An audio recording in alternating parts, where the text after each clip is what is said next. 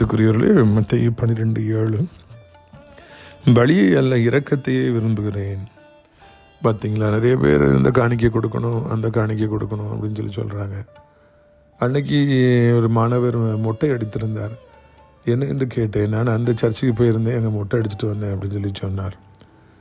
இன்னுமாக நாங்கள் பொருத்தனை பண்ணியிருந்தோம், இதை செய்தோம் என்று சொன்னாங்க. அதெல்லாம் ரொம்ப ஆச்சரியமாக நமக்கு இருக்குது. காணிக்கை கொடுப்பது தவறல்ல, ஆனாலும் கூட இந்த மாதிரி பலிகளை அல்ல, இரக்கத்தையே ஆண்டவர் நம்ம இடத்துல அதிகமாக விரும்புகிறார்.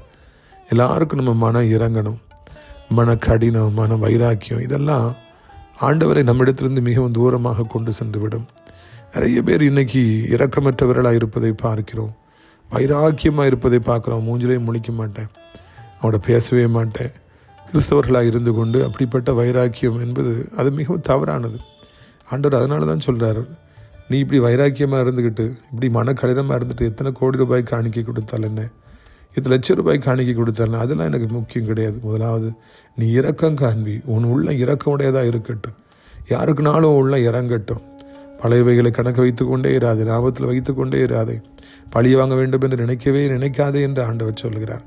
அப்படியாக நாம் இரக்கத்தை காண்பிக்கிற பொழுது கர்த்தரும் நமக்கு இரக்கம் காண்பிப்பார். ஆண்டவர் உங்களை உங்கள் குடும்பத்தையும் ஆசீர்வதிப்பாராக. ஆமென்.